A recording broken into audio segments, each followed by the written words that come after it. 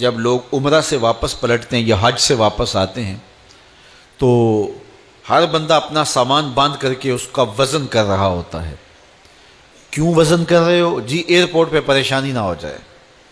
جتنا وزن انہوں نے بتایا ہے کہیں اس سے زیادہ نہ ہو جائے اور وہاں مسئلہ نہ بن جائے. تو پہلے ہی اپنا وزن کر لیتے ہیں کہ وہاں پریشانی نہ ہو. اور اگر وہاں پریشانی ہو بھی جائے تو اس کے کئی حل بھی موجود ہیں.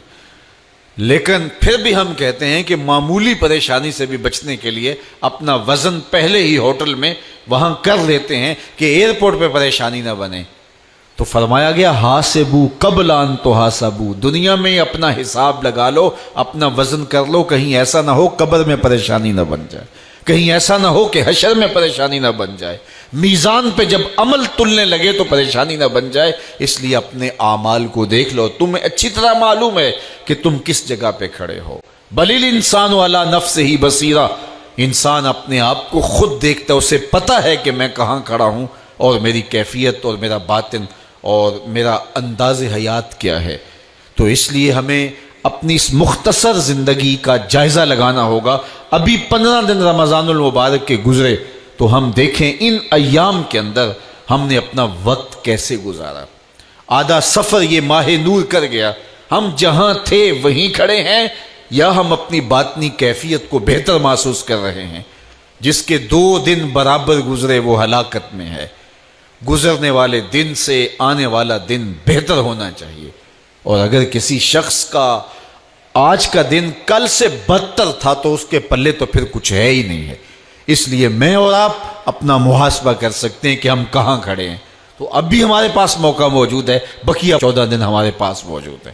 تو فرمایا اس شخص کی ناک خاک آلود ہو جس نے ماہ صیام رمضان المبارک کو پایا اور رمضان المبارک کے اندر اس نے کثرت عبادت کے ذریعے اور محاسبہ نفس کے ذریعے اور دیگر ذرائع سے اپنی مغفرت نہ کروائی. چونکہ اللہ کے محبوب کا ایک اور فرمان ہے، ارشاد فرمایا من صام رمضان ایمانا و احتسابا غفر له ما تقدم من ذنبه، جس نے ماہ صیام کے روزے رکھے ایمان کی حالت میں اور محاسبہ نفس کے ساتھ، اللہ کے محبوب فرماتے ہیں اللہ اس کے پچھلے سارے گناہ معاف فرما دیتے ہیں.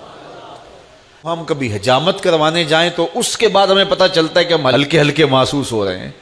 2-3 دن ہم سفر میں رہیں اور آ کے غسل کریں تو میل کچیل اترے تو پھر پتہ چلتا ہے اپنے آپ کو ہلکا ہلکا محسوس کر رہے ہوتے ہیں. تو گناہ دھل جائیں تو پھر روح کو کیسی سرشاری محسوس ہوتی ہے. میں اور آپ اپنے آپ کو دیکھ سکتے ہیں کہ کیا ان 15 دنوں کے گزرنے کے بعد ہماری کیفیت باطن کیا ہے. اور اگر ہم اس کو محسوس ہی نہیں کر سکتے تو پھر اس کا مطلب ہے ہم وہیں کے وہیں کھڑے ہیں. تو میں اور آپ دیکھیں کہ ہمیں ان 15 دنوں کے اندر حاصل کیا ہوا ہے اور ہم اچھی طرح اپنے آپ سے آگاہ ہیں. ہم اپنے آپ کو کسی دھوکے میں نہ ڈالیں. وَلَوْ أَلْقَى مَعَاذِيرًا، بندہ خام خواہ کچھ معذرتیں کچھ چیزیں اپنے اوپر تراش کر کے اپنے آپ کو جھوٹی تسلی تو دے سکتا ہے، لیکن وہ اپنی حقیقت سے خود آشنا ہوتا ہے کہ میں کہاں کھڑا ہوں. تو آدھا موسم گزر گیا، میں اور آپ دیکھ سکتے ہیں کہ 29 شعبان کو ہم کہاں کھڑے تھے اور اب ہم کہاں کھڑے ہیں. اگر وہیں کے وہیں کھڑے ہیں تو پھر ان 15 دنوں کے اندر ہمارا اندر دھلا نہیں ہے، ہم وہیں کے وہیں کھڑے ہیں. ہم نے روزے رکھے ہیں لیکن محاسبہ نفس کے ساتھ نہیں رکھے.